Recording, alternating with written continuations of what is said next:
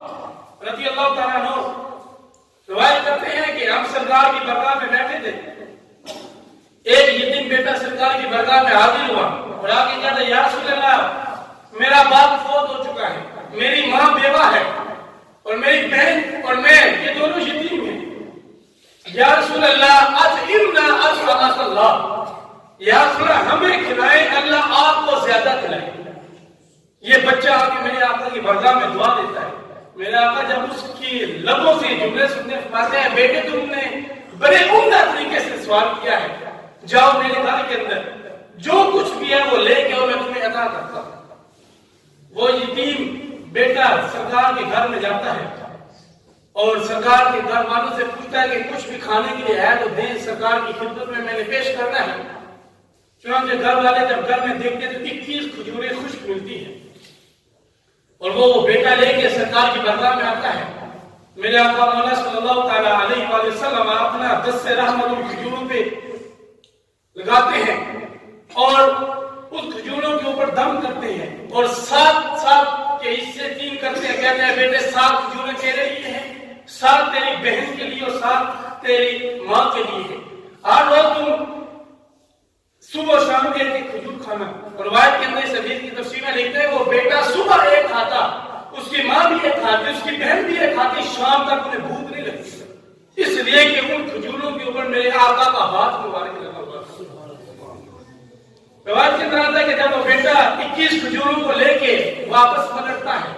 تو حضرت معاذ بن جبل رضی اللہ تعالیٰ اٹھتے ہیں، اس بیٹے کے سر پہ ہاتھ رکھتے ہیں اور کہتے ہیں بیٹے رب کریم تمہارے حالات کو مزید بہتر فرمائے۔ اور پھر بیٹا چلا جاتا ہے، وہ بچہ غریب یتیم اور سرکار کی برگاہ میں حضرت معاذ بن جبل واپس پلٹتے ہیں تو میرے آقا مولا صلی اللہ تعالیٰ علیہ وآلہ وسلم نے فرمایا اے معاذ بن جبل بتاؤ کس بات نے تمہیں یہ عمل کرنے پہ ابھارا کہ تم ایک یتیم کے سر پہ ہاتھ بھی رکھا اور ساتھ اس کو دعا بھی دی کہ تمہارے حالات بیٹے اللہ مزید بہتر فرمائے۔ تو حضرت معاذ بن جبل رضی اللہ تعالیٰ عنہ کرتے ہیں یا رسول اللہ صلی اللہ تعالیٰ علیہ وسلم جب وہ یتیم بیٹا آپ کی برگاہ میں حاضر ہوا تو مجھے اس پہ رحم دلی آئی تو میں نے چاہا کہ کیوں نہ وہ اس کے سر کے اوپر رحمت والا ہاتھ رکھوں، اس لیے میں نے رکھا، میرا یہ نظریہ تھا۔ تو حضور علیہ السلام نے فرمایا کہ معاذ بن جبل مبارک ہو سنو، میں محمد رب کی قسم اٹھا کے کہتا ہوں جس نے مجھے برحق رسول بنا کے بھیجا ہے، اللہ کی قسم رب اس بندے کو کبھی بھی دوزخ میں نہیں ڈالے گا جو بندہ غریبوں کے سر پہ شفقت والا ہاتھ رکھتا ہے اور جو بندہ یتیموں کو دعائیں دیتا ہے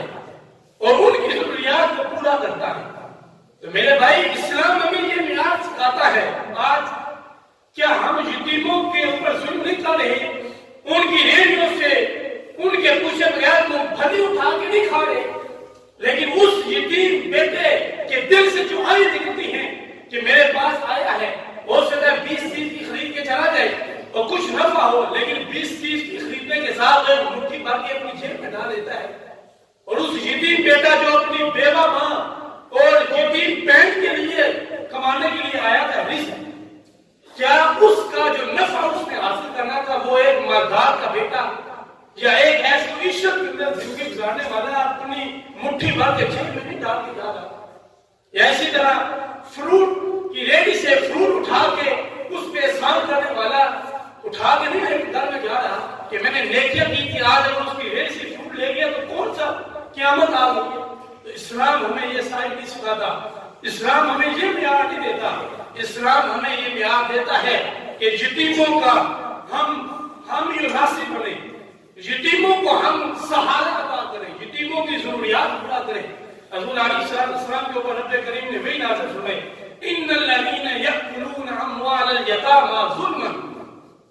بے شک وہ لوگ جو یتیموں پہ ظلم کر کے ان کے مال کو غصب کرتے ہیں، وانما یأکلون فی بطونہم نارا، وہ اپنے پیٹوں کے اندر جہنم کی آگ کو بھڑکا رہے ہیں، وسیصلون سعیرا، عن قریب ان کو اس آگ کے اندر دھکیلا جائے گا۔ تو برادران